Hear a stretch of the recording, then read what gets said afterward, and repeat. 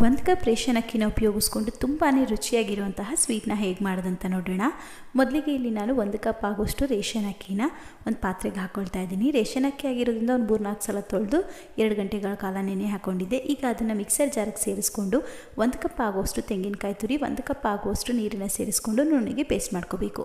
ನಂತರ ಒಂದು ಕಡಾಯಿಗೆ 2 ಕಪ್ ಆಗುವಷ್ಟು ನೀರು, 1 ಕಪ್ ಆಗುವಷ್ಟು ಬೆಲ್ಲನ ಹಾಕ್ಕೊಂಡು ಬೆಲ್ಲ ಕರಗಿಸ್ಕೋಬೇಕು. ಪಾಕ ಎಲ್ಲ ಬರೋದು ಬೇಡ.